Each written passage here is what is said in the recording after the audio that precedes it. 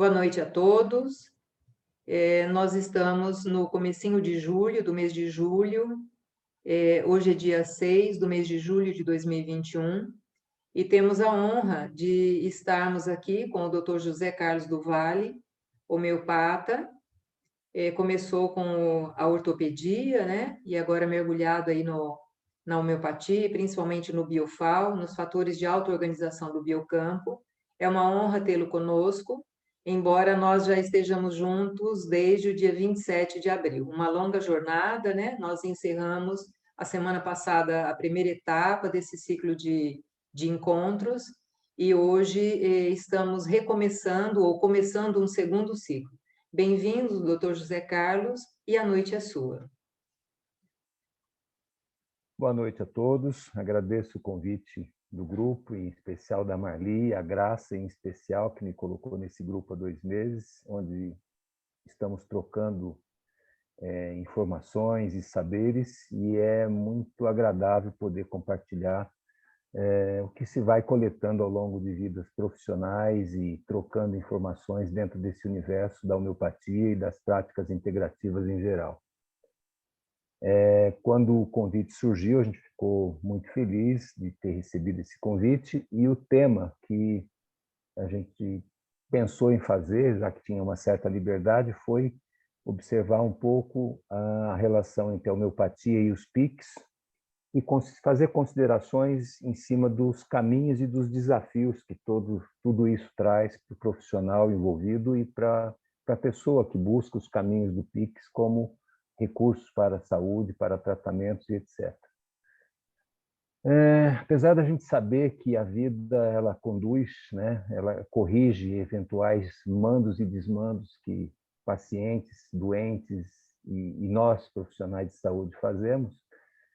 Até eu brinquei com a Marli a hora que a gente começou a conversar antes de começarmos o evento, é que se a gente puder fazer as coisas de maneira que seja menos sofrida, obviamente é melhor, né? E no meu caso, eu não trilhei esse caminho por livre e espontânea vontade. Foi porque eu adoeci muito, né, das articulações quando eu tinha 30 e poucos anos e entendia que os tratamentos que me propunham iam terminar minha vida um pouquinho mais cedo.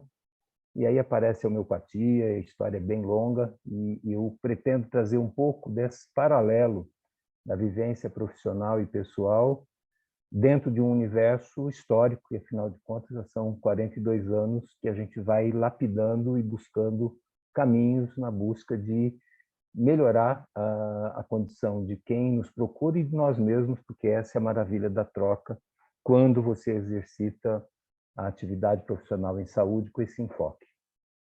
Então, a gente espera poder transitar aqui numa conversa que é basicamente uma troca da experiência pessoal e profissional e que é útil para profissionais de saúde e também para quem busca profissionais de saúde dentro do universo homeopático e do universo das PICs, né? Então, para começar, a gente fala um pouquinho da homeopatia, né, que é onde nós nos enraizamos há 30 e poucos anos, sabendo que ela veio lá do Hahnemann, tem 225 anos de história, e ela nasce em cima de uma reorganização dos enfoques gregos lá do século IV a.C., onde duas escolas básicas de medicina surgiram e nasceram, uma chamada Cos, a outra chamada Quinido, uma trabalhando pela lei dos contrários, lutando contra os sintomas, e a outra lutando no sentido de o sintoma não ser um inimigo, você precisaria atuar na cura, facilitando o fluxo das leis naturais, né? A escola de Quinido, está em um S a mais aí, ela desenvolve uma abordagem do conceito de doença como um mal que vem de fora e que deve ser erradicado.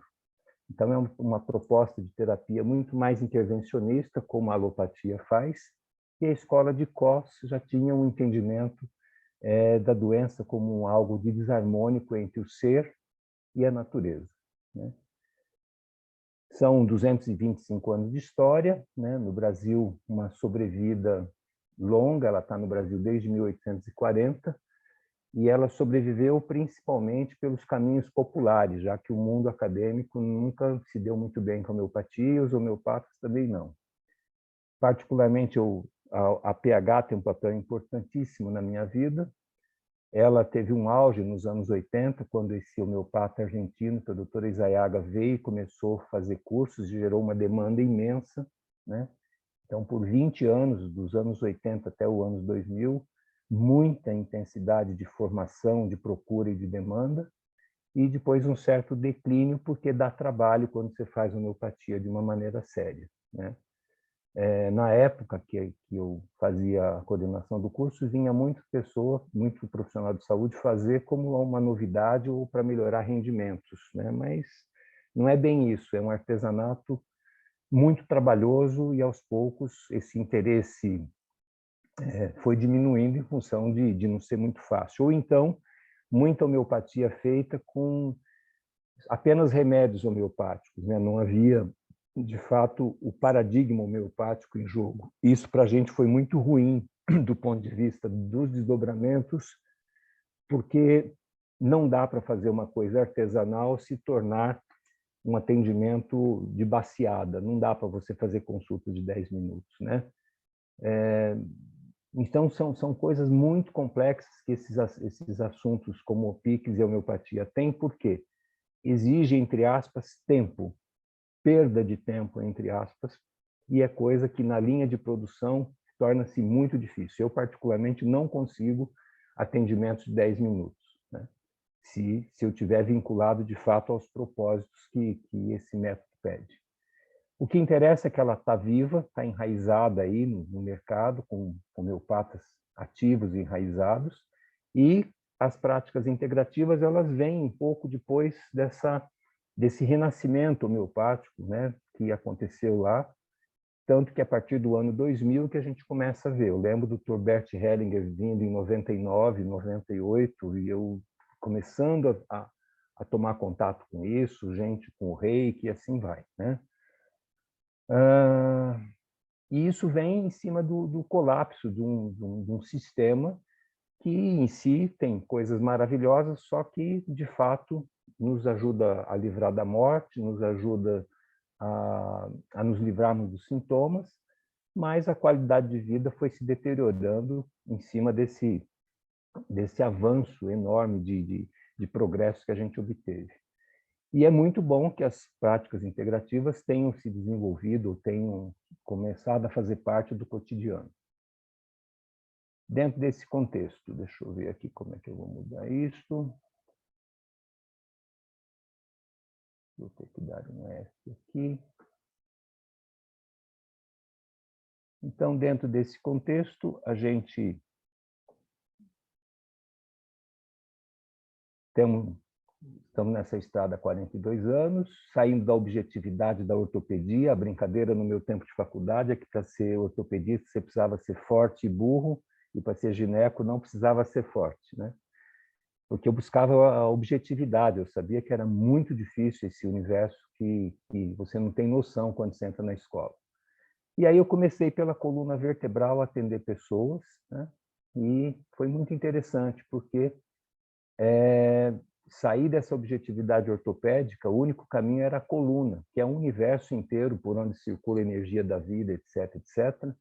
E, obviamente, as dificuldades trouxeram também aberturas para novos caminhos, porque na vida é sempre assim. Você vai ter sempre um obstáculo a ser vencido, você vence, conquista um novo degrau e abre novos espaços. É o velho ciclo que o Groff falava, né? Céu e inferno, confronto e integração. Céu e inferno, confronto e integração, né? Isso começa no útero, onde a criança vive no mundo paradisíaco e rosado. Depois chega o momento do trabalho de parto, ele tem que enfrentar aquela história complexa de vida ou morte até que ele venha para o novo espaço, né? Nova dimensão. E o desenvolvimento profissional de cada um também vai passar por essas etapas, sem dúvida nenhuma. Bom, dentro desse contexto, esse dado me tocou muito ano passado, quando nesse congresso da transdisciplinaridade, o Bassarabi disse que no ano de 1300 havia 7 disciplinas para o ser humano estudar. No ano de 1950 eram 54 disciplinas. Em 75 eram 1845. E chegamos a 2020 com mais de 8.000 disciplinas. Uau, né? Como dar conta de manejar tudo isso, onde a gente vem de um de um tempo histórico onde havia um pequeno saber que sabia muito sobre o todo, apesar das limitações, e chegamos no excesso de informação que, na verdade, gerou muito pouco saber útil à vida, apesar de um infindável volume. E talvez seja por isso que esse processo de afastamento está pedindo um movimento de reunificação, onde a gente possa, de fato, não mais colecionar dados fragmentadores, mas sim integrativos, no sentido de não perder de vista a unidade que é fundamental quando se pensa na saúde, doença, cura, vida e morte, ecologia, meio ambiente, etc, etc. Esse número me assustou. Quando eu vi esse slide das 8.000 disciplinas, eu falei, uau, né? Isso, para a gente se perder, né, é muito fácil dentro desse amplo universo. Primeiro, porque para você ter possibilidade de escolha, você tem que ter treinamento em escolher. E a gente teve um problema grave, que ampliou-se demais as escolhas e as pessoas não sabem escolher absolutamente nada. E aí o made in falsidade versus made in ingenuidade está misturado na mesma banca, né? A homeopatia, ela tem a ver com lei de semelhança. Você tem que dar o remédio que provocou no indivíduo saudável os sintomas que o doente traz, a experimentação no homem saudável, que são as tais das patogenesias, tudo registrado, o medicamento único dinamizado. Obviamente, o medicamento único é uma coisa mais da medicina unicista, e a linha francesa é mais organicista, e as doses não devem conter moléculas. É muito simples e se aprende numa noite. O problema é que, para você aprender de fato o que está por trás disso, leva uma vida. Se aprende alguma coisa praticando muito. E a minha vida foi de prática. Minha vida é de consultório manhã, tarde, noite, madrugada, né? Então, é uma vida inteira que vai fazendo você observar aquilo que fez o Hahnemann gastar 40 anos da vida dele experimentando e reexperimentando, porque é a história da doença crônica, que é o grande desafio da nossa espécie, e com seus indivíduos, sejam eles curadores que trabalham com cura, sejam eles adoecidos que buscam cura, né? E a gente vem da história da supressão de sintomas, que o Hamilton falou da outra vez, que é um grande problema, porque se a doença é a válvula da panela de pressão, que me faz ficar vivo, apesar das bobagens que eu estou fazendo com a minha vida, cada vez que eu esquecer que é um sinal para eu me tocar e eu abafar, como quem apaga a luz do painel do carro, que incomoda os olhos, eu estou criando um problema muito mais grave na direção da contramão da cura. E aí o Hahnemann foi genial quando ele começou a alinhavar que a espécie humana tem uma suscetibilidade que faz com que ele reaja ao mistério da vida, das maneiras XYZ que nos levam à doença. E, obviamente, ele se cura quando ele começa a reagir menos. Mas vai dizer para uma criança que ela deveria reagir menos, né? Nas minhas brigas com o dono do videogame, eu dizia, me faz nascer com 12 anos, eu vou fazer muito menos abobrinha do que eu fiz, né? Mas a resposta é, olha, é assim, vamos em frente. E a gente continua em frente. E aí, o inevitável parágrafo 9, que a gente, como homeopata, lê e relê isso 1 milhão de vezes e dá risada de nervoso às vezes, né? Que é a história da força vital, né? Que comanda mesmo a biologia da vida, dinamicamente anima o corpo material, é como se fosse um maestro que organiza a orquestra dos músicos, que reina com poder ilimitado e mantém todas as suas partes em admirável atividade harmônica nas suas sensações e funções. Essas duas palavras, vocês não têm noção de quanta história tem em cima quando você começa a estudar esse mundo senso-perceptivo e a funcionalidade de cada célula, cada órgão, cada sistema, né? De maneira tal que o espírito dotado de razão que em nós reside pode livremente dispor desse instrumento vivo e são, que é o corpo, e saudável, para atender os mais altos fins da existência. Parece que tem uma coisa ecológica nisso, né? Nenhum pé de abacaxi está a serviço de ficar na cabeça da Carmen Miranda só, né? Tem uma função histórica e ecológica em cada manifestação vital. Então, o que nos interessa aqui é isto, né? Eu preciso trabalhar com saúde de maneira tal que este ser adoecido volte para um trilho, o fluxo do viver e a manifestação da frequência dele. Mas como é duro ficar na frequência quando você encontra com o mistério e a incapacidade de lidar com essa imensidão de coisas que o ser humano pode sentir nesse corpo cheio de sensações que fazem que a gente entre na defesa através do medo ou, eventualmente, da vaidade de querer controlar a vida. Nisso, o Hahnemann estudou claramente as defesas, onde eu tento me proteger desse mistério avassalador que é a manifestação vital. Então, parágrafo 9, para nós olha, quantas aulas e quantos debates em cima disso, e quanta briga ideológica também, né? Porque certos homeopatas pensam de um jeito, outros pensam de outro. E aí o que nos interessa é o que é mesmo saúde, o que é doença, o que é cura, e aí vamos lá rastreando medicinas tradicionais, a medicina convencional, aquela que lá no Concílio de Latrão, Concílio de Trento, no início da Idade Média, convencionou que é assim, né? A medicina cuida do corpo, a igreja cuida da alma, do resto deixa que nós cuidamos, até que tudo colapsa, né? O modelo de homem, que começa a ficar fragmentado quando a igreja lá decide que é melhor fragmentar, né? Vamos dividir o mercado. E também a fragmentação do conhecimento.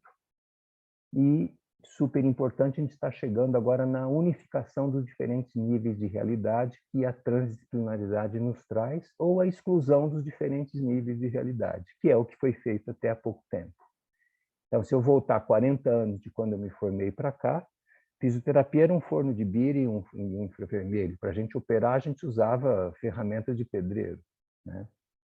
E é impressionante como são 40 anos, mas, poxa, quantos mundos foram vindo e se desmantelando, e estamos nós aceleradíssimos nesse processo de constrói e desconstrói. Pessoalmente, eu sou muito grato ao Reich, cuidado para não confundir com Reiki, né? Reich é um indivíduo que diz que, olha, todas as coisas da neurose, todas as defesas estão no corpo. E se eu estou vivo e trabalho hoje é porque eu me envolvi bastante com isso, o Reich me tocou profundamente, o Hahnemann, o Gurdjieff, né? Falando do enneagrama, das coisas da jornada da alma, o Steiner, que eu admiro para burro, a medicina ayurvédica, a medicina dos índios americanos, dos índios sul-americanos, a medicina chinesa, a medicina ocidental, enfim.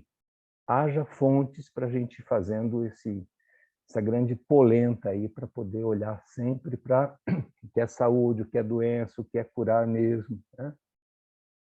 E aí eu trago essa imagem do rio Juruá para lembrar que o processo não é linear, né? A gente vai andar muito para a direita, para a esquerda, o desenho é orgânico, não é essa retidão de toma isso, para aquilo, porque você tem que estar entendendo a função nobre do adoecimento na nossa vida, quando o modelo, de fato, permite que você se alinhe com as leis universais que regem a manifestação vital em tudo que está sobre a Terra. Essa imagem me toca profundamente, em especial isso aqui, né? Se era para voltar aqui, por que foi lá, né? Porque precisava ir, uai, né? E é claro que isso daqui fala de um fluxo da nascente ao mar, enfim. Dá para falar muita coisa disso, mas eu deixo essa imagem aí que ela sempre me inspira, né? E junto com isso, esse mapa hidrográfico do estado de São Paulo, onde mostra os rios. Eu costumo falar muito para os pacientes que o Rio Tietê não resolve para Campo de Jordão porque tem a poluição de São Paulo que ele não quer. Ele é obrigado a ir em frente e vai, né? E a gente está doente porque a gente tentou, nas nossas defesas, ser um Rio Tietê que resolveu subir para Campo de Jordão. Claro que vai dar tudo errado, né? Porque não é assim. Eu preciso seguir no meu fluxo. E cada vez que eu tiver com muito medo, eu vou represar o meu fluxo, como essas represas que geram energia, mas têm escape. Ai, se uma represa não tiver como fazer o fluxo continuar, né? Então, olha que interessante. É importante os obstáculos, porque são eles que geram energia, desde que você esteja compreendendo que o obstáculo não é para você ficar sofrendo com ele, mas vai dizer isso para um super-herói ou para aquela pessoa que não tem consciência da potência dela, né? Então, eu gosto muito de olhar para essa noção de fluxo que esse mapa me traz e as represas que podem, eventualmente, provocar encharcamentos, né, alagamentos ou escassez de fluxo. Aqui são os nossos mais, porém, todavia, contudo, todas as adversidades que a gente acaba julgando como negativas, mas que estariam a serviço da potencialização do ir adiante, de revitalizar, se não para adoecer. Então, doença é um bem necessário, apesar de ser muito chato a gente adoecer. E aí eu tenho que falar um pouco dos setênios, né? O Steiner resgata esse conhecimento ancestral que diz que, ao nascer, todos nós trazemos, eu chamo de frequência, mas lá nos estudos é espírito, um eu, uma individualidade, que tem que se adaptar ao mundo. E o pessoal da antroposofia lê isso de um jeito. Eu leio assim, olha, você vai ter que esquecer quem você é mesmo por um tempo na sua vida, mas depois você tem que voltar a fazer as pazes com o que você é, né? Então, olha que interessante. Do 0 aos 21 anos, você tem que aprender pela educação que você recebe. Depois você tem que se afirmar, se autoeducando dos 21 aos 42, e dos 42 é quando a vida começa, você abandona suas ilusões e você vai buscar sabedoria. Crise de identidade aos 21, crise de talentos aos 28, crise de autenticidade aos 42. O amadurecimento biológico cresce até os 35 e declina. Olha a sabedoria da vida. Tira a potência neurótica para você dar espaço para a coerência com a sua frequência. Eu acho isso demais, né? E o amadurecimento emocional, você vê que ele vai num crescente, de maneira tal que, a partir dos 40, a crítica e o elogio já não pesam tanto na nossa vida como na infância. Você já sabe que, ecologicamente, você é um mero grilo, ou uma mera coruja, ou uma mera Eva desimportante, e tudo bem, só que você não é desimportante, porque ecologicamente tudo tem uma função, né?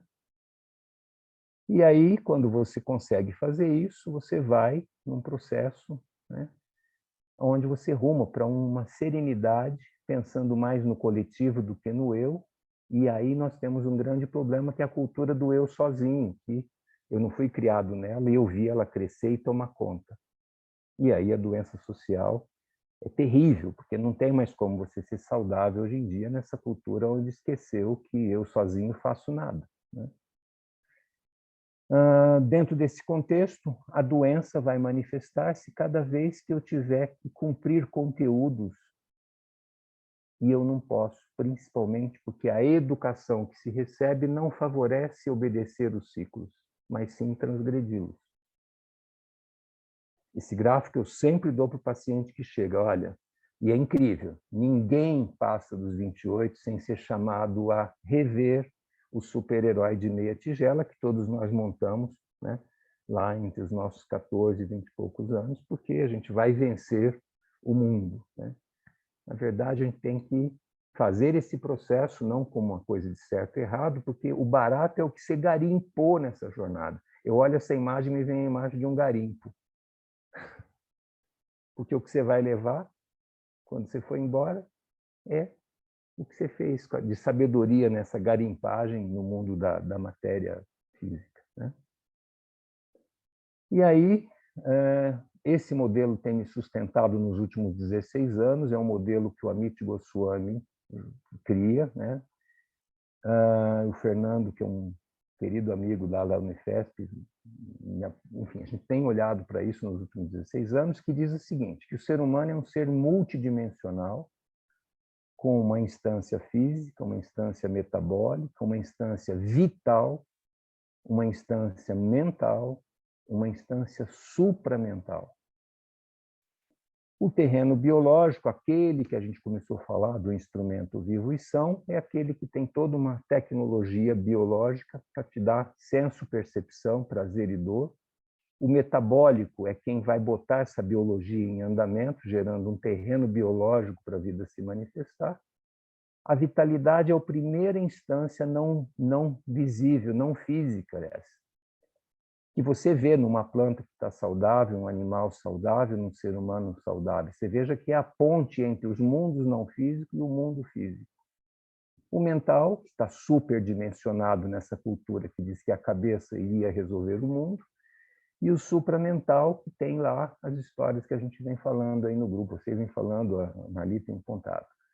Um detalhe que a abordagem sistêmica está falando de algo mais próximo da alma e o Higgs, que é a centelha divina, está mais perto desse approach aqui, dessa grande tecnologia multidimensional que chega para viver a experiência. Medicina convencional, um grande recurso para cuidar das questões físicas, a nutrição do terreno metabólico, a homeopatia, as fisioterapias globais e outras técnicas que mexam com o corpo, vai mexer na vitalidade, a psicoterapia no mental, a meditação e a oração no supramental. Eu, particularmente, gosto da psicoterapia corporal, porque, lógico, foi assim que eu me arrebentei na minha neurose e foi assim que eu saí. E eu acredito muito que eu deveria tornar meu corpo permeável ao que eu sinto, e é o que a gente aprendeu a não respeitar. Ainda dentro desse modelo, o terreno biológico está aqui, o mundo dos sentimentos tem a ver com a vitalidade. Ó. Quanto mais eu tenho sentimentos de aconchego na vida, mais sentimentos de pertencimento eu vou ter e menos neurótico eu fico. Quanto mais os meus sentimentos de adaptação forem negativos, mais eu vou contar com a minha cabeça, que vai me encher de pensamentos e emoções reativas, e mais neurótico eu fico. E eu perco a intuição. Adoecemos do não físico para o físico e nos curamos quando a gente começa a organizar esses corpos. Né? Dentro do meu processo, saí da medicina convencional, adoeci, fui buscar recursos fora do que eu saberia que ia me fazer muito mal. Entra a homeopatia, entra o Reiki, psicoterapia corporal, enneagrama, ayurveda, nutrição funcional, que eu estudo há 5 anos, meditação e o biofal, que eu transito nele há uns 15 anos. Né? Este modelo é o da transdisciplinaridade, que eu acredito que todo profissional de saúde vai ter que tomar contato com ele, porque para mim é ele que dá essa noção de ordem, para que a gente não faça um balaio de gatos na hora de atender ou de receber tratamento. O que tem de importante na transdisciplinaridade é que existe esse conceito de causação descendente, ou seja, não chove em São Paulo se não vem frente fria da Argentina. Faz tempo que é assim. Né? Eu não vou ter problemas XYZ se eu não tiver problemas de adaptação nesses degraus da manifestação. Tudo funciona de modo complexo e vamos diferenciar complexidade de complicado. Né? Complexidade tem a ver com rede, esse prefixo plexo aqui ó, tem a ver com rede, tudo é em rede, é a história da teia de aranha, mexe num pedaço, mexe, reverbera em tudo, né? E que nós temos diferentes níveis de realidade, tanto que cada um enxerga as coisas de acordo com onde está, né? Um baiano só vê acarajé, um gaúcho só vê costela de chão, e assim vamos nós dando importância à cultura como o nosso grande bem e o nosso grande mal. Obstáculos à cura, a superespecialização com perda da visão macro ou exagero da visão macro, porque o que me deu desespero ao longo dos anos é ver, esquecer que sem biologia não há ideologia. Eu brinco com os pacientes. Olha, sem biologia não me venha com ideias, porque é como aquele ator que quer ganhar o Oscar e vai morrer no palco porque não dorme, não come e só pensa naquilo. Né? Ele não cuida da vida. Né? Então, quando eu esqueço as necessidades básicas da manifestação vital, né, eu vou complicar-me. E a superespecialização fez isso. Quando eu operava, a gente operava tudo em ortopedia. Hoje você tem o cara que opera o tendão do bíceps do ombro direito. Agora, quantas pessoas vão precisar desse cara? Quantas pessoas vão precisar de alguém que trate de um braço? E quantas pessoas vão precisar de alguém que trate de uma coluna, braço? Ou de um indivíduo? Né? Outro obstáculo à cura o indivíduo tornou-se um mero consumidor que gera insumos, inclusive ideologias. Isso me dá desespero, porque ideologia virou um produto e as pessoas são ávidas por ideologias para aplacar as suas angústias. Ou consumir produtos. E a grande pergunta, será que saúde e educação são produtos? Onde políticos e empresários se metem? Não acredito nisso. Por isso que eu fiquei no meu artesanato. E não saio dele por nada, com toda a dor e a delícia de ser artesanal o trabalho. Terceiro item, os maus tratos à vida, muito incentivado como valor cultural, como algo válido em todos os níveis, gerando uma grave doença social generalizada, que é pensar demais, sentir de menos, numa hiperatividade ilusória, em busca de uma imagem ideal que te inclui e te promete o paraíso, só que estamos paralisados no autocuidado. Quando eu vejo brotarem facilidades, eu fico assustado, porque a pessoa não sabe enfiar uma tomada no buraco. Então, parece que o mercado embebezou a gente, né? Eu brincava com meu filho, falei, olha, teu avô foi o homem dos 7 instrumentos, eu sou de 2,5, cuidado para não ser um homem de um instrumento só, porque você vai ter que ralar muito para pagar para alguém, por exemplo, tocar seu bujão de gás. Isso é sério. E eu atendo pessoas, eu vejo o nível de desadaptação para fazer o básico. E depois, demandas cada vez mais complicadas, se for desconsiderada a complexidade que é essa história da rede, né? Gerando numerosos recursos, eles vêm aos borbotões, mas eles são muito caros, né? E são usados a uma revelia. Para o homeopata que acompanha alguém 20, 30 anos, o exagero de recursos é uma coisa que você tem que respeitar, porque, graças a Deus, estão surgindo recursos. Mas a falta de ordem faz o tiro sair pela culatra, né? É como você botar todo mundo no fogão ao mesmo tempo. Não sei se você já tiver essa experiência. Cozinheiro odeia que façam isso, né? É preciso ordem. Tem gente que vai cortar a cebola, tem gente que vai lavar o arroz, enfim. É preciso time, noção de rede de novo aí, né? Então, ao utilizar de recursos que seguem as leis universais para tratar e oferecer tratamentos, é importante lembrar o quê? Que autoconhecimento é ferramenta essencial. Caso ele não possa ser acessado por consciência, ele vai ser adquirido pelos confrontos das ilusões que não suportam a realidade. E nós somos treinados a não lidar com dificuldades. A gente sobe degraus. Eu brinco que a gente mora na antena parabólica do prédio, aqui, ó, no topo da cabeça, né? Porque a gente não quer muito o cheiro de mato, que eu estava brincando com a Marli antes da gente começar, né? O processo do momento pertence a uma série de momentos que levam o rio adiante rumo ao oceano de diluição do pequeno eu. Então, olha o paradoxo do videogame. Um esforço sobre-humano para você construir uma identidade. Para, a partir de um determinado momento, você falar, eu sou só poeirinha cósmica aqui, com um ponto de luz dentro de mim. É tanto eu, para depois falar, mas não sou. É muito contraditório, né? Não cabe na nossa racionalidade essa brincadeira, né? Desse constrói, desconstrói.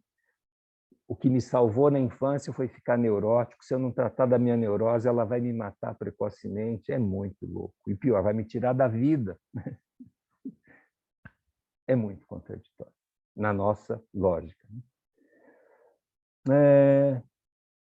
Também é importante ter recursos, lembrar que recursos demais pode gerar confusão, e isso não interessa ao fluxo, né, dos PIX e da homeopatia. Por quê? O mercado é tão maluco que ele é capaz de sugar aquilo e transformar em produto. Quando eu comecei a estudar nutrição, a partir dos meus 60 anos, eu falei, bom, acho que agora nós vamos por um outro caminho. Fui todo felizão, como eu fui para a homeopatia nos anos 80, né? Quando eu saía nos intervalos do congresso, estavam as corporações dos suplementos todos lá. Falei, uau, como é complexo isso, né? Então, parece que, assim, eu chamo de Deus mercado. Ele é muito interessante, ele sabe como chegar, né? Então, a gente precisa tomar muito cuidado, porque se a gente misturar tudo isso num grande caldeirão, o prato vai desandar. E é claro que eu confio que a vida vai achar o rumo. Agora, o profissional ou o paciente vão pagar o preço das suas ilusões. Ponto, né? Por último, sempre lembrar de ter clareza das metas dos caminhos não convencionais e conhecê-las para cultivar o trilho e manejar processos de si mesmo, do outro e do ambiente. Por quê? Para que tudo isso seja transformado em produto numa loja de conveniência, é 2 palitos. E as constelações do que eu vivi, não posso falar isso de modo generalizado jamais, mas eu vi, se bobear enquanto faz as unhas, faz uma constelação. Aí, olha, espera aí. Espera aí. E aí vem a coisas que sendo... E depois para dar conta disso, né? Das ilusões que eventualmente possa trazer ou das confusões que isso possa trazer. E, por último, a gente carrega esse slogan há 16 anos, porque para curar é preciso cuidar da vida que tudo permeia, né? Do grilo, da grama e de mim, e de todos nós. Cuidar e atender necessidades, e aí nós temos aqueles corpos todos que a gente trouxe lá no modelo do Dr. Amit Goswami. Então, mesmo sabendo da potência da vida e da abrangência dos recursos, é importante manter a visão macro sem perder a visão micro, e vice, há que se transitar, porque a gente tem que estar ligado, porque nossa tendência na racionalidade é apostar no micro, esquecer o macro, apostar o macro, esquecer o micro. Reaprender a observar, observar-se em primeiro lugar, para depois aprender a observar e atuar ou tratar. Está errado aí. Evitar pressa e intervenções à revelia, estamos mesmo dentro do tempo e do espaço, né? É preciso um tempo entre o estímulo e a resposta dos casos, né? Porque se eu começar a pegar, por exemplo, um animal, gritar na orelha dele, cutucar a barriga, esse animal enlouquece. E a organização daqueles corpos também pede um tempo. O excesso de comida num restaurante, aquilo gera indigestão, não é assim? Cuidar para que o excesso de contornos, por nossos medos pessoais ou vaidades pessoais, mas também tomar cuidado pela falta de contorno. A imagem que eu passo muito para os pacientes. Cuidado, hein? Rio sem imagem vira brejo. Se na cultura do meu tempo nós fomos rios quase estrangulados de tantos deveres e poucos direitos, nos últimos 40 anos inverteu-se isso na cultura social, aonde, peraí, todo mundo está cheio de direitos e não há dever, peraí. Né? Eu gosto da imagem das margens que nos dão o fluxo. O exagero de asfixia do rio é um problema, de assoreamento e de falta de contornos, né? E a gente, como profissional, a gente pode, eventualmente, ficar muito aquém do que a gente poderia ou achar que agora descobriu a pólvora, né? E não é também bem assim. Ajudar o doente a entender o que busca e como a vida atua, pois ele vai ser seduzido pelo caminho das larguezas para anular sintomas. O que eu já ouvi, né, assim, você ficar tomando isso e passando por uma dor de cabeça, mas deixe de ser idiota, você está no século XXI.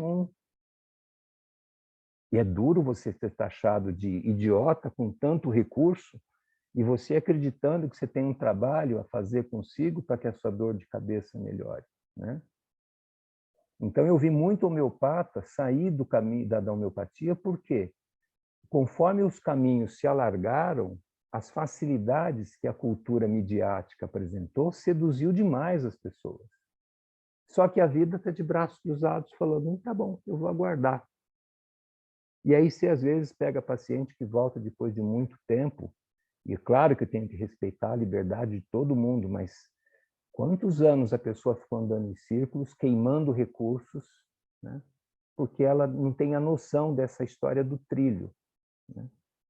Com os adolescentes eu brinco muito, você acha seu pai e sua mãe chato, você não sabe como é que é a vida, cara. Vamos arrumando um pouco de trilho, porque senão vai ficar pior lá na frente, né? Mais um item, a doença do indivíduo. Existe a doença coletiva criada por indivíduos que alimentaram uma cultura que não é mais a cultura local daquele bairro, daquela cidade. Eu fui criado num coletivo onde tinha aquela cultura do coletivo, e a maioria de vocês também. Hoje, ela entra pelas telas e ela é voltada ao consumidor e não ao tal do indivíduo indivisível. Nós todos nos tornamos consumidores e não tem mais aquela história da cultura local.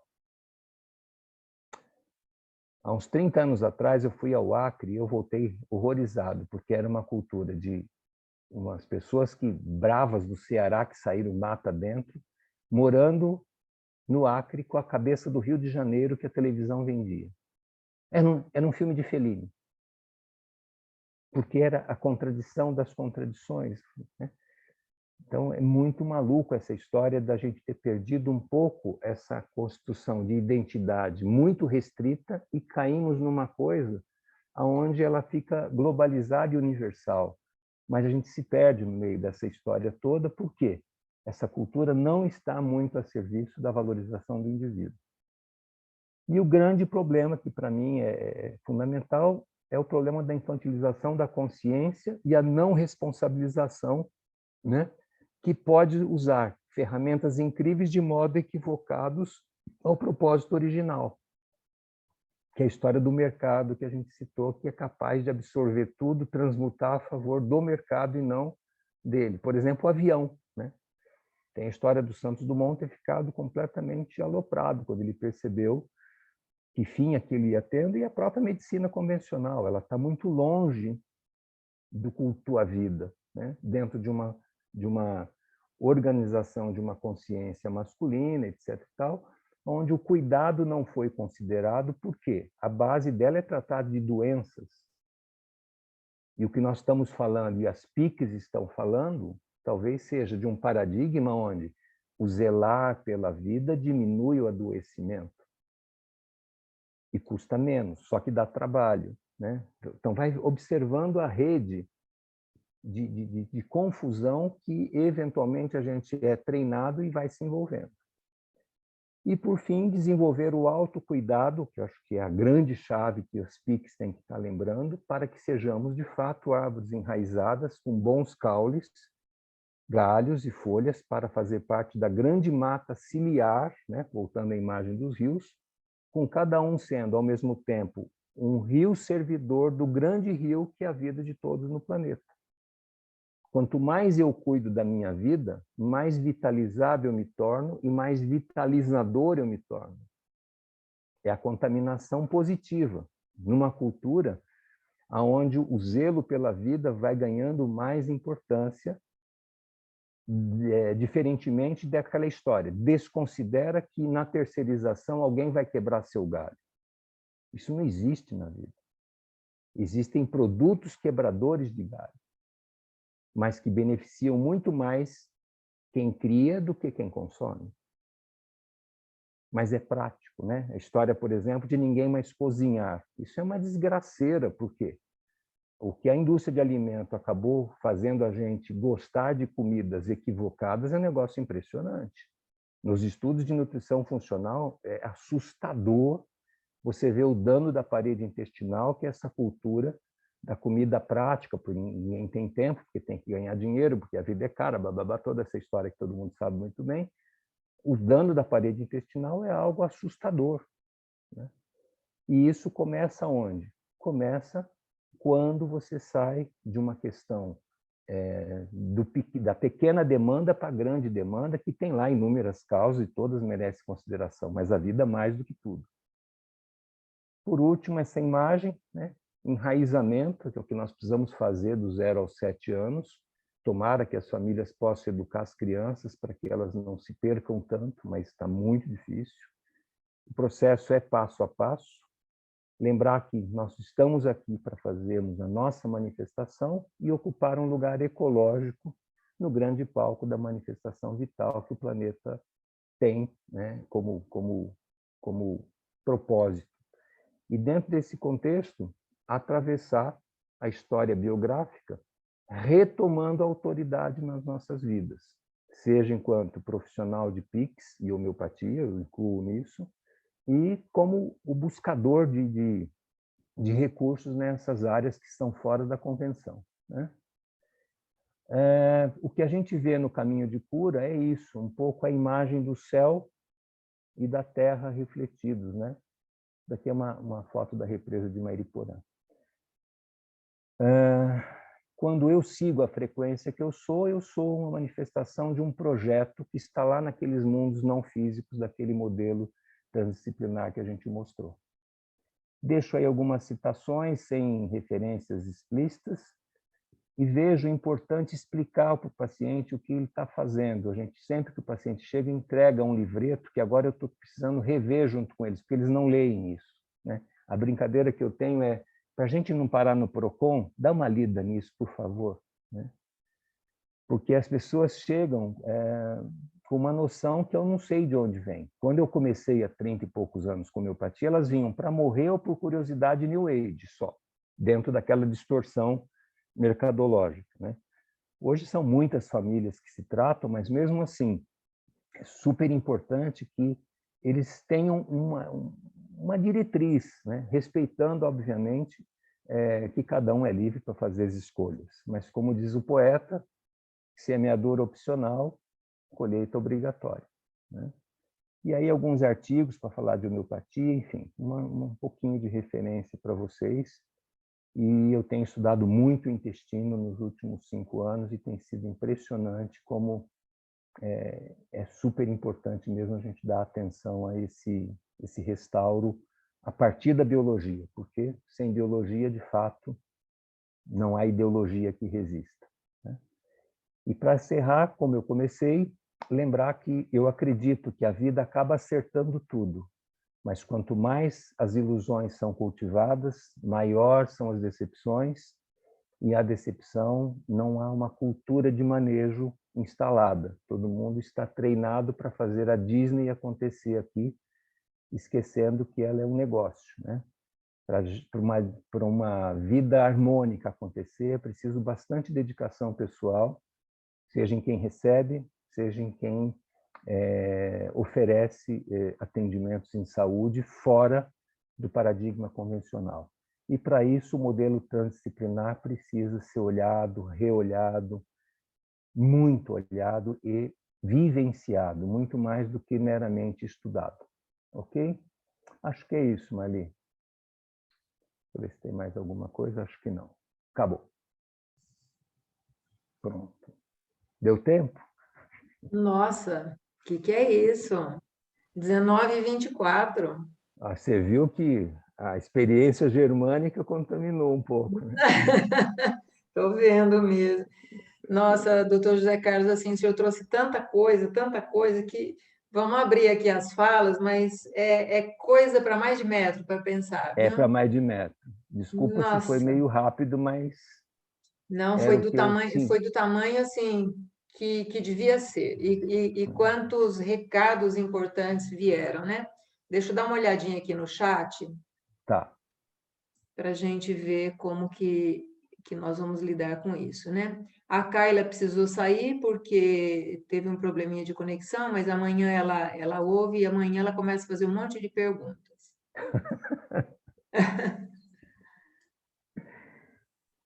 Não, olha, aqui assim, no chat não tem nenhuma pergunta, eu tenho uma pergunta, Zigrid, então ok. A palavra é sua. Obrigada. Eu pensei que você não tivesse, eu pensei que eu não tivesse enviado, só escrito, mas ok. Quero fazer a pergunta. Primeiro, parabenizar. Nossa, gostei muito, muito. É o que a Marli falou, assim, vai ser um leque de várias reflexões, né? Muito bacana. E eu gostaria, antes de fazer a pergunta, eu fiquei muito feliz de ver no último slide o Papalágui. Eu utilizo esse texto com os meus alunos da Educação Física, na disciplina Educação Física e Diversidade Humana, para eles refletirem. E é muito bacana, tenho feito isso. A garotada nova, né? Que bem. Muito bom. Então, eu não estou tão deslocada, não. me senti um pouco no ninho. Uhum. Quando o senhor falou da questão da nossa vida igual o leito de um rio, né?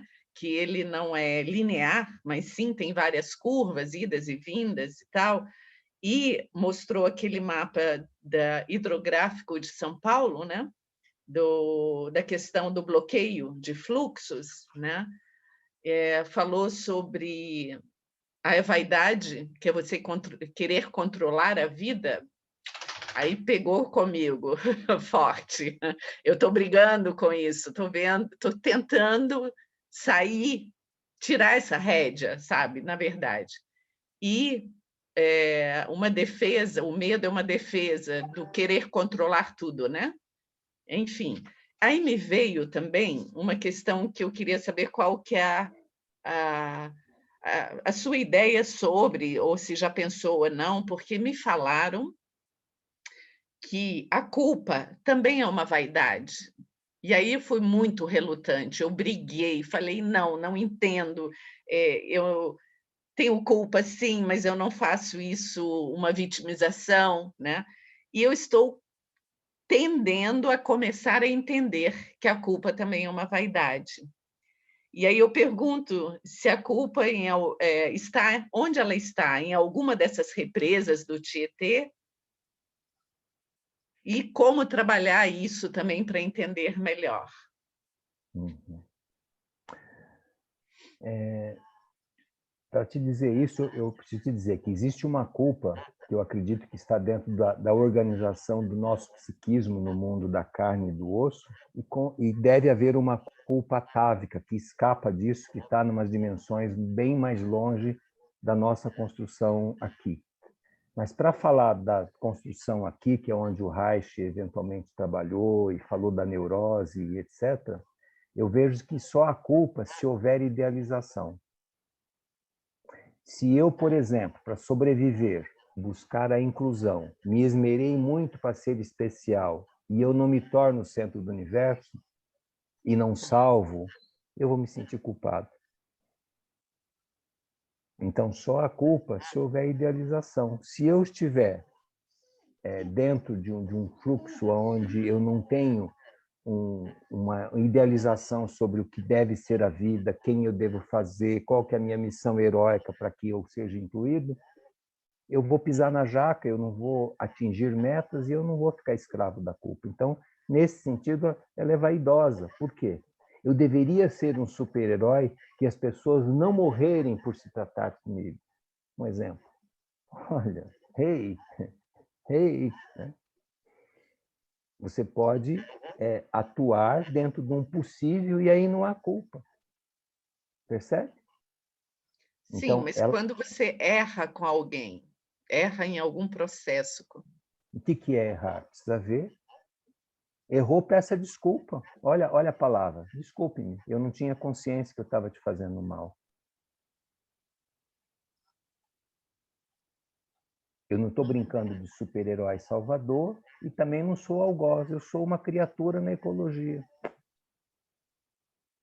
Eu faço bobagem, você faz, mas eu também acerto. Posso ter maldade? Posso não ter.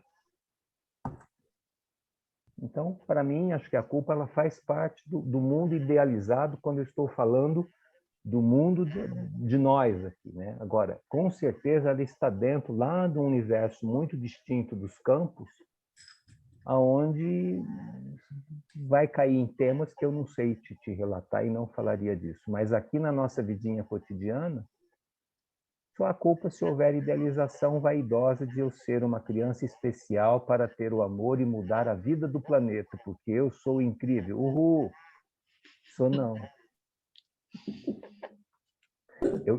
Eu sempre brinco, falo aqui, só tem mané, né? E um dia atendi uma senhorinha que falou, doutor, não fale isso. Eu falei, por quê? O meu avô chamava mané, era gente muito boa. Desculpa, então só tem Zezinho aqui. Muito bom. Tá. Gratidão. Então, vai exercitando. Eu vou falar uma bobagem, desculpa, tá? Uhum. Nem de best, nem de bosta. Ok. Ya, ya.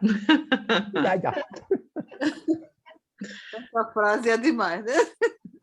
A Graça conhece essa frase, né, Graça?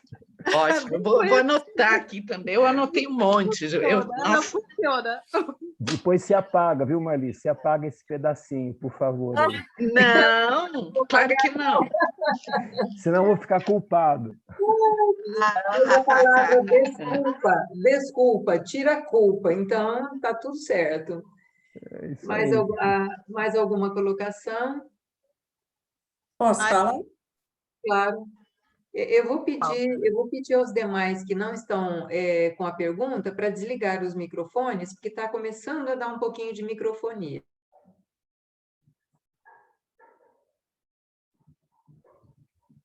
Sou eu, Maria? Maria Sim. Eduarda, que é a Maria Eduarda, que é a Lesia, né? Isso, sim, Lesia, fique à vontade. Eu não sei, eu não conheço pessoalmente o doutor Zé Carlos, mas simpatizei profundamente com ele, porque hoje eu ainda estava brincando com a Cleusa, que quando a gente gosta de alguém, deve gostar do perispírito, da frequência da pessoa que vem lá de longe, porque comigo é assim, e eu não erro com gente, não. Eu vou fazer 80 anos esse ano, e eu tive esse desenvolvimento que Deus me deu. Eu não erro com gente, não, eu sinto as pessoas. E essa procura que ele teve, eu fico emocionada de saber, porque, às vezes, nesse processo, a gente se sente muito só. Principalmente quem é mais velho, houve um período que ninguém se interessava por isso. Esses assuntos não eram falados, nem pensados, e quem pensava nisso era esquisito, né? Ô, fulano, tão esquisito, né? Está caçando chifre em cabeça de égua, né? Está preocupada com isso. Onde é que você arranjou esse assunto? E eu nasci com a preocupação de ser eu mesma. Deve ser um dom que Deus me deu, não foi desenvolvido, não. Vontade.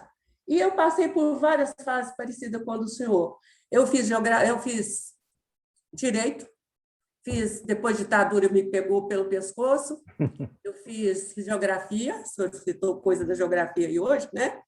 Depois eu fiz mestrado na área de solos, e depois eu fiz doutoramento na área de matéria orgânica, e depois de tudo isso, ser professora por 40 anos, eu fui procurar astrologia, ou alguma coisa que me ajudasse no meu desenvolvimento pessoal. E nesse meio termo eu passei pela medicina homeopática, medicina convencional, medicina ayurvédica, medicina psicossomática, e tratei com o médico que, além de ser formado nisso tudo, ele era também um excelente astrólogo médico. E tudo que o senhor falou tem cabimento para mim. Por exemplo, agora que eu vou fazer 80 anos, eu estou me sentindo tão descansada. O peso que eu carregava da vida, aquela coisa, né, menino? Ser responsável pelo mundo, sofrer por tudo, está ficando cada vez mais leve. E eu estou fazendo a minha parte. E a astrologia ajuda muito, porque reúne boa parte desse conhecimento. Por exemplo, é Steiner que falou, Steiner. Ele trabalha com esse negócio do ciclo dos 7 anos, né? Sim. Não é ele? Ele e vários. É um conhecimento muito antigo, que você tem coisas que são estudadas em 7, em 9, tem várias escalas aí de considerar as coisas, né? Porque na astrologia tem 2 planetas que produzem isso que o senhor falou, que é Urano e Saturno. Saturno dá o limite. Isso. Por exemplo, no caso do Rio, o Saturno é que vai agir. Ele vai dizer, olha, você pode até... O Urano manda expandir. Nossa, vamos expandir, vamos crescer, vamos conquistar o mundo. Aí o Saturno fala, vai conquistar como? O que você vai fazer? Qual é o poder que você tem? Põe limite nesse negócio, né? Vamos por etapas. E, por exemplo, aos 21 anos, às vezes a gente estranha os jovens, porque é o 3 vezes 7, né? É o primeiro 3 vezes 7, 3 vezes ciclo de Urano. E por quê? Porque o Urano está dizendo assim, você não quer ser você? então se torna independente da família. Vai tendo o seu próprio discurso, aí a família fica escandalizada, né? Nossa, esse menino era tão sossegado, agora está dando uma trabalheira, está caçando chifre e cabeça de égua de novo. Quando chega nos 28, eu adoeci nesse período, fiquei asmática aos 26. É porque a gente entra em contato com o mundo de vez. E Saturno termina o primeiro ciclo. E aí ele nos obriga muito a gente a ser a gente mesmo. É isso aí.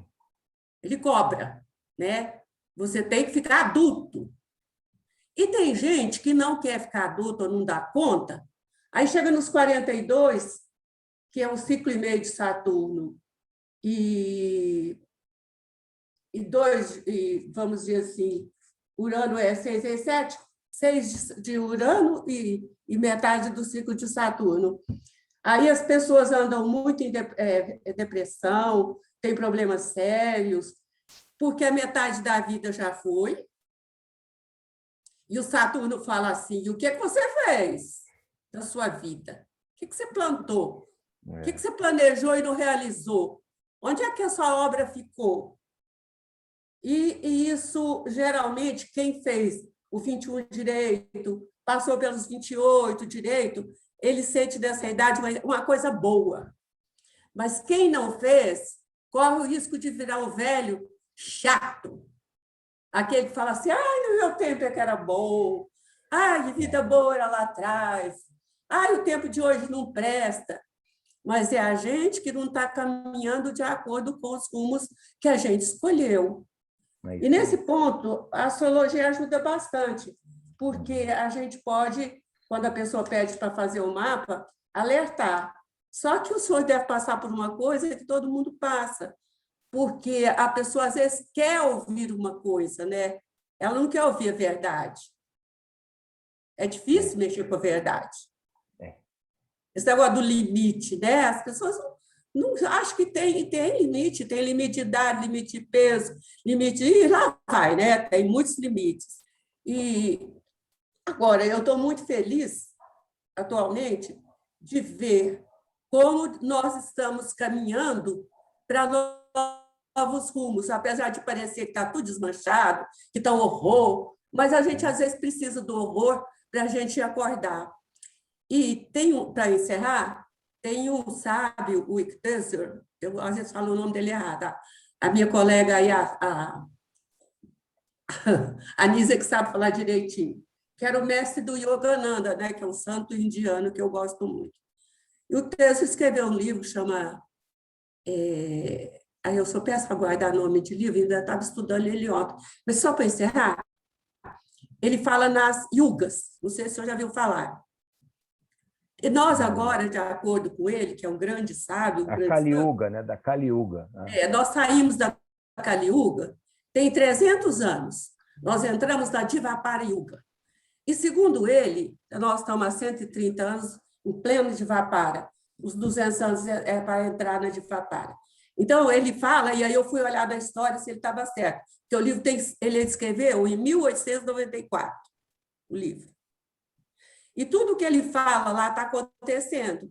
Ele fala assim, que nesse período haveria um grande crescimento espiritual e que a gente procuraria companhia, amor, para crescer, porque a gente vai sentir falta do espírito crescer, então que a gente precisa de companhia para esse trabalho. E que grande amorosidade aparecer nesses grupos. Eu gosto muito de estudar os antigos, sabe? Porque eu nasci de uma família que a minha mãe mal sabia escrever, aprendeu com a mãe dela, não tinha professora na roça, e ela até escrevia bem, e minha mãe tinha um conhecimento natural que me ajudou muito a ter raiz, a me fixar. Não é à toa que eu fui estudar solo, viu? Ele ensina muito, muito, porque tudo que o senhor falou aqui tem no solo, inclusive capacidade de troca, que é muito importante. E que, às vezes, a gente, ao longo da vida, perde. A gente só quer tirar, a gente não quer dar. Porque o povo acha que a conta bancária vai acabar se ele der o sorriso. Não pode ser agradável, não pode ser gentil, né? Essas coisas me cansam. Mas então isso é o que eu queria dizer para o senhor e para minhas colegas, que como eu sou provavelmente a mais velha e tive toda essa luta à procura de mim mesma, e tudo que eu fiz foi procurando a mim mesma. Inclusive os médicos que eu tive, todos maravilhosos, todos me ajudaram, porque parece que quando a gente procura, a gente acha. Não é, você? Parece Sem que a dúvida. gente acha. Mas tem que procurar, né? Tem que ter o ato. Tem que ter o ato. Sem a ação, tudo vira ideologia vazia. Entendeu? Isso, tem que ter o ato e procurar. Então, eu quero agradecer ao senhor profundamente, dar os parabéns pelas procuras do senhor. O senhor mudou a vida por causa da doença, e eu também mudei a minha por causa da asma, né? Porque me sufocou de uma maneira tal que eu já tive, inclusive, parada respiratória, e eu não repeti a parada porque eu mudei de medicina. Eu passei para a medicina homeopática chinesa, né? Eu saí à procura, porque eu sempre acreditei que tinha caminhos. Eu não sou de aceitar limite nesse sentido, falar não tem jeito. Deve ter algum jeito, né? Vamos procurar. Para Então, um não abraço. morrer, obrigado. Para não morrer, a medicina convencional ela é muito boa. Agora, para a qualidade de vida, não é a meta, entendeu? É outro paradigma. Razão. Um antibiótico, por exemplo, pode salvar minha vida, mas olha o nome dele. Antibiótico, né? É contra a vida. Mata o que precisa e o que não precisa. Então, eu acho importante, assim, nesse contexto, lembrar que todo exagero na natureza é problemático, percebe? Não tenho nada contra mercado e consumo, mas viver para consumir, aí eu tenho, né? Não tenho nada com relação a você ter disposições de terceirizações, mas viver terceirizando não dá, né? Então, na natureza, o excesso é o problema, né? E, no nosso caso, o excesso de pensar dissociado do sentir e da ação, ele é muito grave, porque me faz morar fora da realidade, no mundo da lua. eu já estudei esse lado aí também. Mas, olha, muito bom ter companhia, viu, todos? Muito bom. Eu me senti muito sozinha no meu caminho. Muito só. Lesir, muito obrigada pela sua contribuição. Desculpa a falação, viu? Vamos ver se tem mais algum questionamento, alguma contribuição. Estamos abertos aqui. Doutora Liliane. Eu quero falar, mas acho que a Graça queria falar antes, né, Graça? A Graça precisou sair, ela pediu desculpas aqui. Não posso falar, Marli? Não, na verdade, como já tinha dito antes, alguns não estão, eu só tenho gratidão. Sou paciente do Dr. José Carlos, tenho que dar meu depoimento, com o maior prazer, né? Há 20 anos. E eu sempre me lembro da primeira consulta, tá, doutor?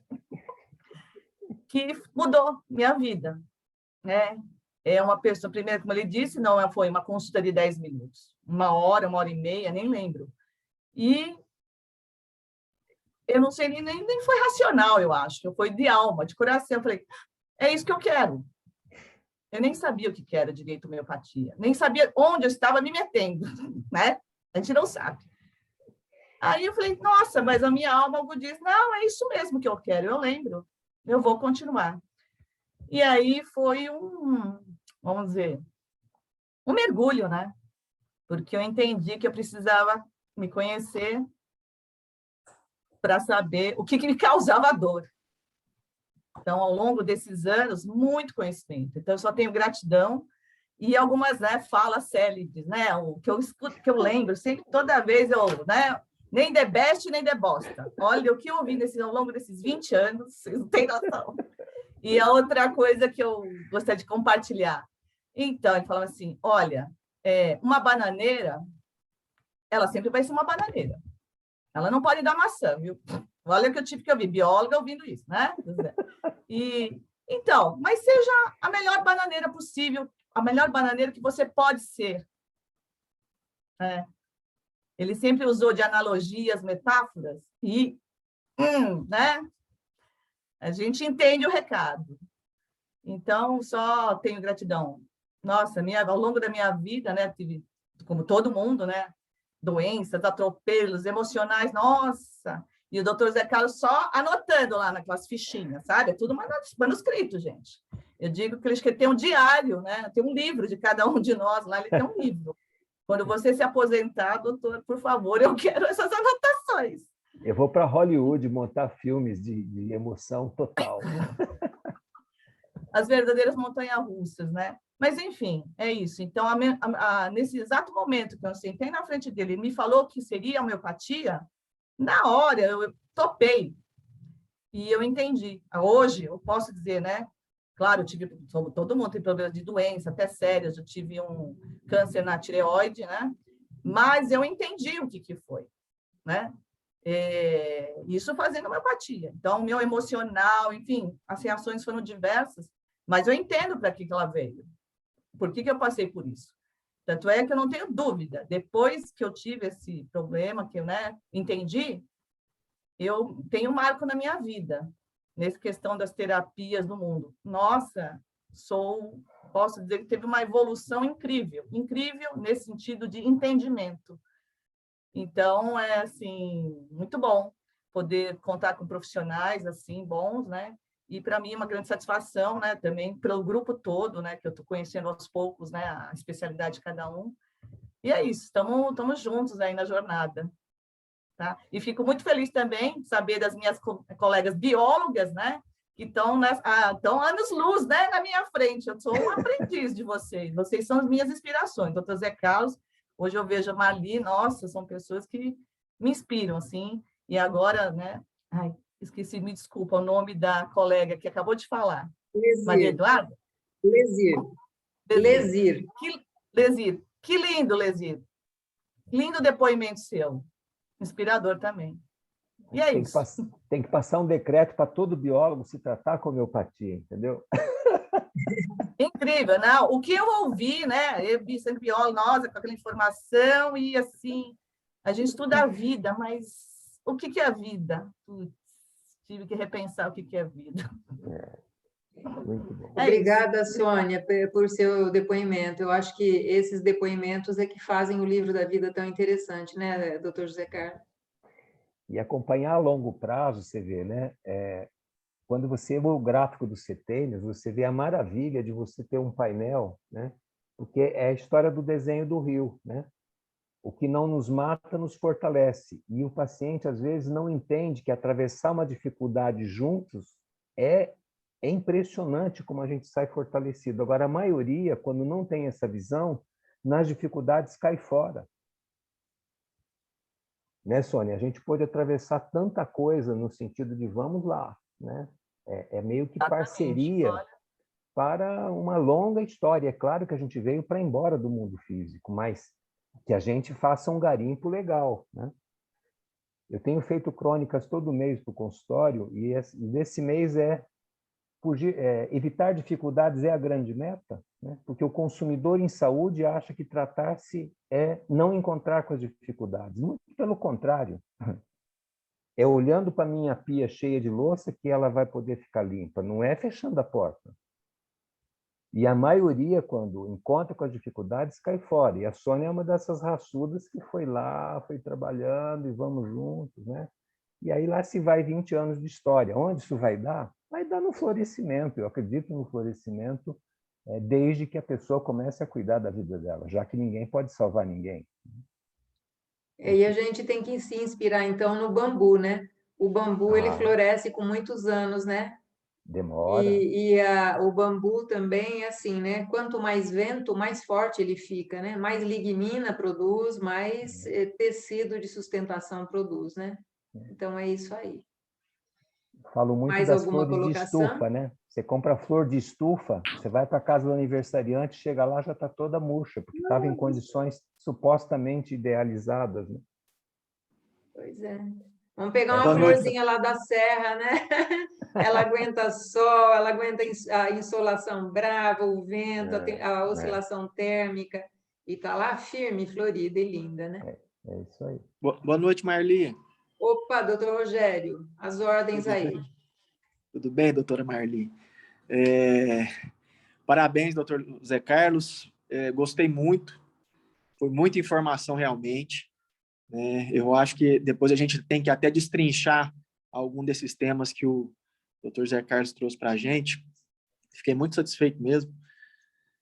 Mas eu queria fazer uma pergunta a respeito dos obstáculos à cura.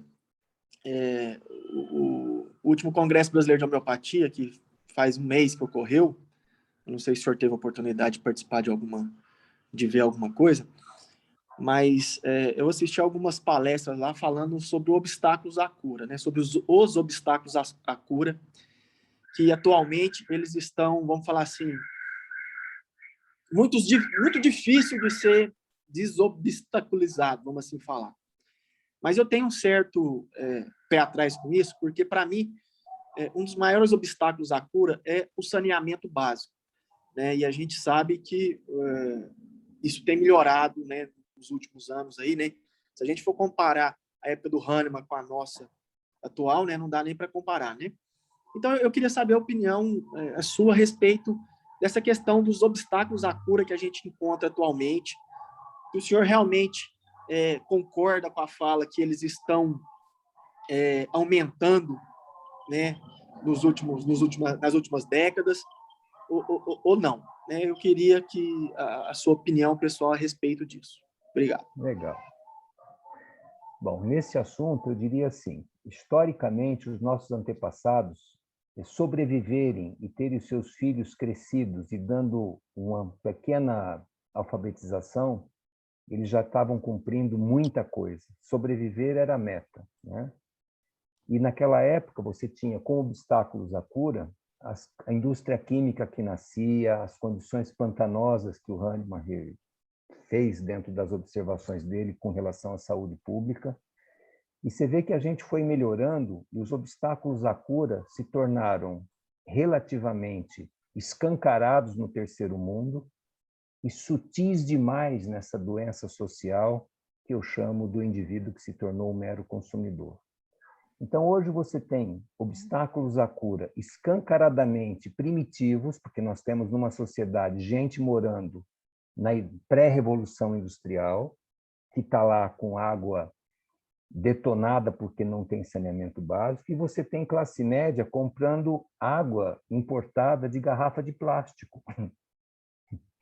Então, vai observando que os obstáculos à cura sempre estiveram presentes, e eu temo muito mais esses que a gente não percebe mais, que é amarrar o burro na pequena inteligência, aonde a propaganda de massa faz com que você perca a tua individualidade. Então, é muito difícil trabalhar quando você tem populações carentes nos todos os níveis, como os nossos antepassados, e pior ainda quando você atende o que eu chamo de classe média, mas é essa cultura que se tornou consumidor a partir dos anos 90 para cá, que, na verdade, ele está contaminado mental e biologicamente e espiritualmente, porque ele está completamente dissociado da natureza. Então, ele não aguenta tratamento homeopático, por quê? Entre encarar a dureza da vida, que o teu antepassado e o meu antepassado e aquele pessoal do tempo do Hahnemann e o pessoal que está na miséria hoje em dia tem que enfrentar, e essa falsa comodidade que a classe média se instala porque acredita controlar, nós temos obstáculos tão díspares, mas superpotentes, tanto na classe menos favorecida intelectual e economicamente, como na classe média, que, para mim, é a que menos está interessada, a não ser por um sofrimento extremo, em descer da cobertura que eu digo, morar no mundo do pensamento e render-se ao básico da vida. Então, se observa o disparate, obstáculos à cura por descaso político e obstáculos à cura por mimação exagerada do consumidor. Então, eu acredito nos obstáculos à cura, e a coisa mais linda é quando a pessoa começa a perceber que servir a vida talvez seja mais interessante do que servir aos interesses neuróticos na classe média, e quando aquela pessoa que mora em condições precárias começa a ter o básico da sobrevivência. Então, eu particularmente acho pior lidar com os obstáculos à cura não visíveis. Porque eles geram uma espécie de fechamento à permeabilidade do remédio, porque diz, eu não cedo, porque eu estou aqui para usufruir e controlar, eu não quero saber das dificuldades da vida, né? Então, eu valorizo muito, e eu acho que as PICs nasceram exatamente porque está muito difícil de viver dentro dessa cultura na contramão, seja porque criou intelectos super desenvolvidos e porque tem uma miséria social, econômica, inclusive, junto com a contaminação da propaganda de massa. Para mim, quando uma pessoa sem recursos começa a ver o mundo maravilhoso da TV, a não ser que ele tenha sangue de barata, ele não tem como não ficar violento. Imagina você em condição precária, vendo toda uma cultura de exuberância do Rio de Janeiro com você morando no Acre, por exemplo. Eu voltei chocado do Acre há 30 anos atrás, porque era um buraco negro, vamos dizer assim, entre o que aquela cultura tinha que viver e o que ela estava vivendo. Então, eu acredito nos obstáculos à cura e faço o maior esforço de informar, olha, não é um caminho fácil, principalmente porque a gente está muito mal acostumado e, por outro lado, tem muita gente na miséria que não é só ambiental, assim, né? Até quem está, teoricamente, no nível econômico superior está envenenado pelo agrotóxico do alimento, pela poluição do ar, que não é visível. E a pilha de obstáculos é grande para o pobre, para a classe média e para o rico. Segundo a minha visão, obviamente, isso é uma visão entre 1 milhão de visões. Muito, muito bom, gostei bastante da sua explicação. E, Marli, se puder, eu queria emendar outra pergunta. Tem tempo? Tem sim, Rogério. Tem. Doutor Zé Carlos, aproveitando, então, para um médico, eu estou falando de mim, eu faço a medicina unicista, né? Medicamento único, trabalho aí muitas vezes com dose única, LM, por aí vai. Mas das PICs que atualmente estão aí, né, vamos falar assim, em moda, qual delas ou qual dela o senhor vê que poderia auxiliar um médico homeopata para ajudar, então, o paciente a lidar melhor com essas, vamos falar assim, com esses obstáculos à cura, principalmente esses mais sutis, igual o senhor citou aí. Eu já transitei por transitei assim, eu já estudei várias outras PICs, e atualmente eu tenho estudado com maior interesse e assim bastante empolgado mindfulness, né? Que é uma técnica da meditação. Então, eu gostaria de saber do senhor, assim, o que o senhor me fala a respeito disso, das técnicas que um médico homeopata clássico, né, unicista, pode incorporar, assim, que o senhor vê com a experiência que o senhor tem nesses 40 anos, que tem mais resultado com o paciente. Olha, primeiro, vai depender de cada neurose individual, né? Eu sou muito fã da questão do corpo, porque eu vejo que a gente se perdeu por ter saído do corpo, né? Então, eu vou te falar, por exemplo, quando eu comecei a homeopatia há 30 e tantos anos atrás, as pessoas estavam numa onda New Age completamente desenraizadas. E quando eu fiquei lá no curso alimentando o unicismo, medicamento único, aos poucos, para mim, ficou assim, ou eu sou muito ingênuo, ou eu sou muito arrogante, porque as pessoas mal sabem informar o que elas sentem. Eu pergunto a dor de cabeça, ela só sabe falar do paracetamol, por exemplo, né? Então, eu acho que tudo que você fizer que faça você sair do pensamento e vir para o corpo é bem-vindo, para todos nós, não é só para o médico homeopata, não, porque nós estamos na cultura de acreditar que a realidade vai se encaixar ao que eu acredito, em termos de ideologia. A realidade não vai ceder à minha crença. Eu tenho que inverter. E, para isso, eu tenho que voltar a ser coerente com o que eu sinto.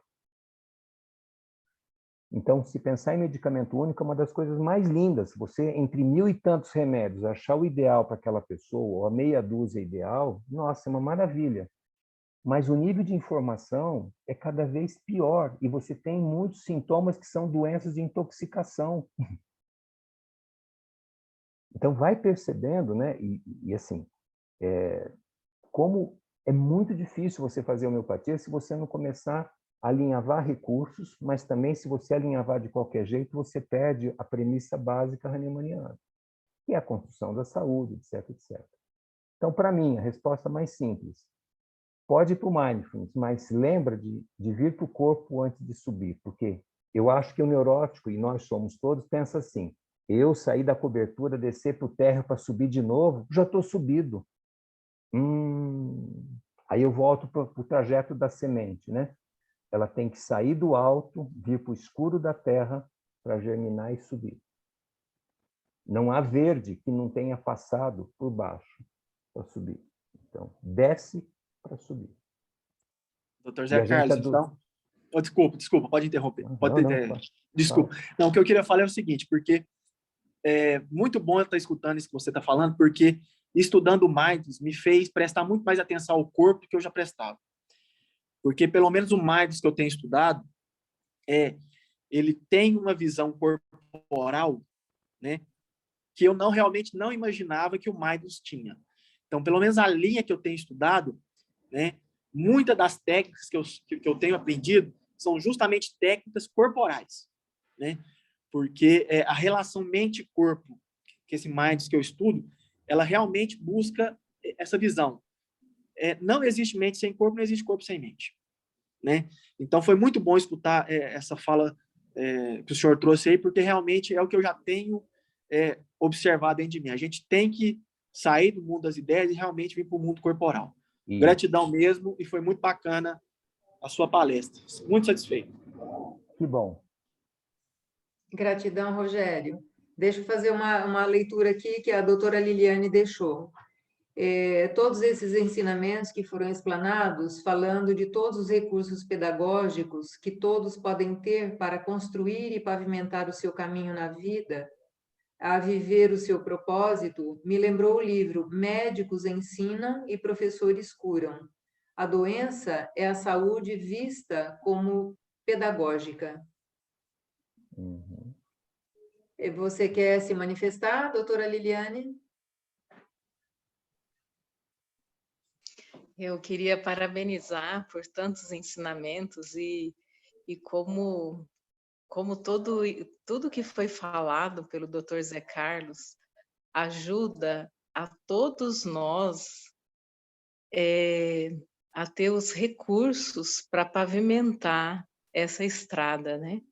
Essa estrada que é a nossa vida, é o que a gente veio fazer aqui, a nos encontrarmos e a descobrir o propósito e viver o propósito, né? Porque ainda dá tempo, né? Ainda dá tempo. Seja em que idade estivermos, ainda é tempo. E quando a gente tem essa pedagogia, né, explícita por um médico, né, isso é muito bonito, né? Então, acho que a gente tem que aprender muito, e isso falta, né? Esses ensinamentos para a vida, né? São ensinamentos muito importantes para as crianças e para nós adultos aí. Quero parabenizar, viu, doutor Zé Carlos? Uma boa noite, adorei. Então, nutra-se, né? Eu brinco que tem que estudar sempre, e de preferência casando com a prática, né? Eu comecei a estudar cocô a partir dos 60 anos. Eu brinco com as pessoas, falo, agora eu estou sendo um médico de merda. Então é isso, né? A sua fala me lembra muito o Alberto Peribanes, porque ele salienta a magnífica composteira que a gente tem no nosso abdômen, né? É uma coisa assim perfeita, porque o tanto de bactéria que tem ali para processar todos aqueles alimentos, e eu fico com a esperança, por estar tantos anos só comendo planta, que daqui a pouco eu vou ter uma celulase lá igual koala. Porque não é possível que eu não consiga aproveitar todo o nitrogênio da rubisco, que é aquela proteína gigante que tem nas folhas, né? Como é que meu organismo vai jogar fora tanto nitrogênio, né? Então, assim, e tantos aminoácidos maravilhosos que tem ali, né? É fantástico tudo isso, Se fantástico. começar a sentir vontade de ir Mais para a alguma Austrália, você colocação? se segura, porque está perto de virar koala, tá? Eu vou competir com os brotinhos de E... bambu, elas vão me expulsar de lá. Ai, ai. Olha, tem muitos agradecimentos, muitos cumprimentos aqui. Antes da gente desligar, eu vou deixar o senhor passear aqui pelo chat. Mais alguma colocação? Não. Nossa, então, assim, a gente inaugurou o mês de julho com chave de ouro, né? A gente fechou com chave de ouro, junho, e abrimos novamente. Assim, gratidão imensa. E, assim, meus cumprimentos à Graça, à Sônia, porque conviver com um médico com tantas metáforas, nossa, dá nó na cabeça, né? A gente tem que sair correndo atrás. Ops, o que eu perdi aí, né? Mas, assim, eu acho interessante tudo isso, porque nós estamos, assim, a maioria, não vou dizer maioria, não, nós temos pessoas com 30, com 40, 50, 60, 70, até 80 aqui nesse grupo, né? E o que eu acho fantástico é assim, todos nós colecionamos uma série de informações ao longo da vida, e parece que nesse momento a gente está entupido, a gente tem que falar, a gente tem que fazer alguma coisa. E eu estou vendo assim muitas pessoas escrevendo livros, livros que são autobiografia, livros que são histórias da família, livros que são histórias da roça. Um pesquisador do Instituto de Botânica lançou um livro sobre sementes, né, a recalcitrância das sementes e não sementes recalcitrantes. E ele contou uma história, né? É uma história, uma ficção, um misto de realidade. Tem uma professora aqui na UFO que lançou História em Quadrinhos, a botânica, a zoologia, a interação entre plantas e animais, como História em Quadrinhos. Então, assim, a nossa geração realmente está entupida de informações, informações preciosas que a gente conseguiu lá no terreiro, né? Onde a gente tinha ainda, durante as nossas brincadeiras, os nossos pais ainda ficavam na calçada batendo papo até 9 da noite, depois a criançada entrava para dentro de casa toda suja de areia, não tinha nem jeito de tomar banho, né? Era sacudir a areia, dormir e no dia seguinte brincar de novo. E essa geração que está aí, eu acredito que dos 30 anos para baixo, não teve essa vivência, né? Então, assim, é muito gostoso a gente ver que a gente usufruiu do melhor, mas que a gente tem que deixar isso para as próximas gerações, porque senão elas não vão criar raízes realmente. Elas já vieram com toda essa questão da inteligência artificial e elas ficam a maior parte do tempo no mundo das ideias. O mundo que Platão tanto falou, né? E ficam lá no mundo das ideias e não tem jeito, ficam parecendo um balão de hélio. Só se colocar um paralelepípedo amarrado em cada pé para as crianças e adolescentes ficarem no aqui e agora, né? E aí, como é que é a história, né? A gente fala assim, como é que você percebe o seu corpo? Mas como é que é para perceber? O que é que você sente? O que é para sentir? Então, assim, nós temos obrigação, como geração mais madura, de deixar alguma coisa para esse pessoal, né? Então, assim, gratidão por tudo que o senhor colocou essa noite, gratidão a todas as pessoas que colaboraram, com falas ou com emoções que estão aí guardadas, né? Com memórias que vieram de infância, e tudo isso se junta, eu acho que assim, numa grande rede de contribuições a esse planeta.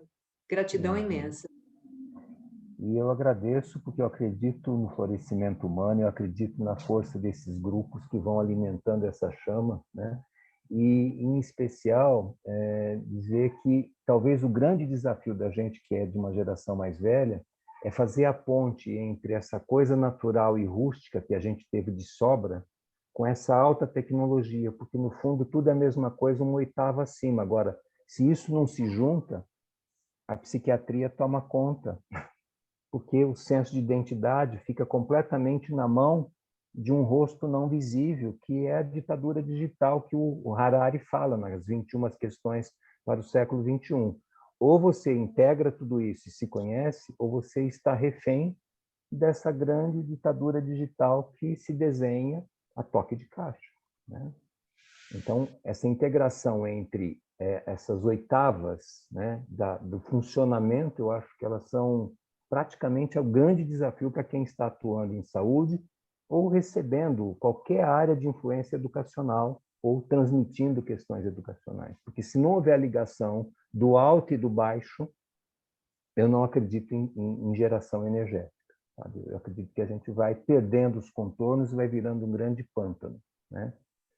E isso, obviamente, é uma crença, mas ela está alimentada por experiências ao longo desses 40 anos e eu sei que faz eco, né? Quando eu falo isso para as pessoas, isso faz eco. E é de uma maneira completamente chamando-as para descer a cobertura. Porque a vida acontece aqui embaixo. Eu posso viajar para onde eu quiser, mas eu preciso de raízes. Se eu não tiver raízes, eu caio numa geleia de identidade que me gera muita angústia. E aí a droga ilícita e a psiquiatria ganham um grande espaço. E não me interessa ser um consumidor que anda por aí aéreo, né? Isso não é útil à vida. Tá bom? Verdade. Encerro agradecendo aí a possibilidade e torcendo para que isso reverbere de uma maneira construtiva e nutridora para todo mundo. Já reverberou. Gratidão. Gratidão imensa. Obrigado. E Eu vou vamos em deixar o frente. senhor curtir um pouquinho aí o chat, enquanto as pessoas se despedem. Ok. Gratidão a todos. Idem. A homeopatia é isso, tá? Depois que você toma contato com ela, ela só exige mais e mais. E você vai. Ou não. Não, mas essa é a trajetória linda, né? Muito bom.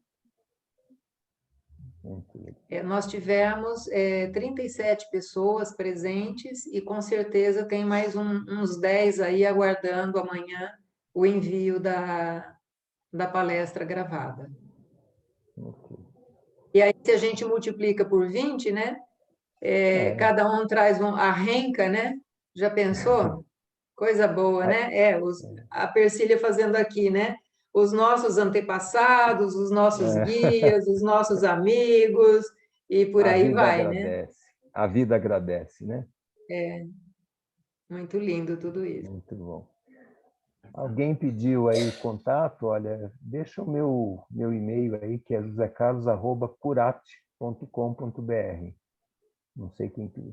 A Sigrid pediu. Depois você passa para ela.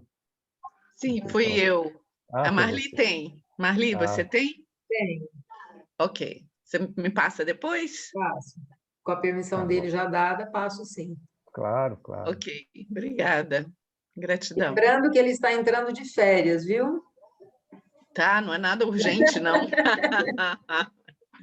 Mas férias por quanto tempo? Não, 15 dias. 15 dias, não tem nada para garantir, não. É a gente mesmo no artesanato construindo esses espaços de nutrição, porque se não fizer isso também não dá conta, né? Aí ele vai lá para o fundo do quintal plantar rabanete, rúcula, agrião. Vamos plantando. Bacana. Gente, então, olha, eu vou interromper aqui a gravação, porque eu ainda levo um tempinho para salvar tudo isso, né? Posso interromper, então? Claro. E a gente se vê na próxima terça-feira, se Deus quiser. Uma boa noite a todos. Muito obrigada mais uma vez, doutor José Carlos. E vamos sonhando com tudo isso, né? A nossa estrada cheia de curvas, parecendo as vilosidades intestinais, né? Aquilo lá me lembrou muito as vilosidades. Não é à toa que o senhor está estudando essa composteira maravilhosa que a gente tem, né? É isso aí. Então, Tá, boa noite. Boa noite, fica com Deus todo mundo.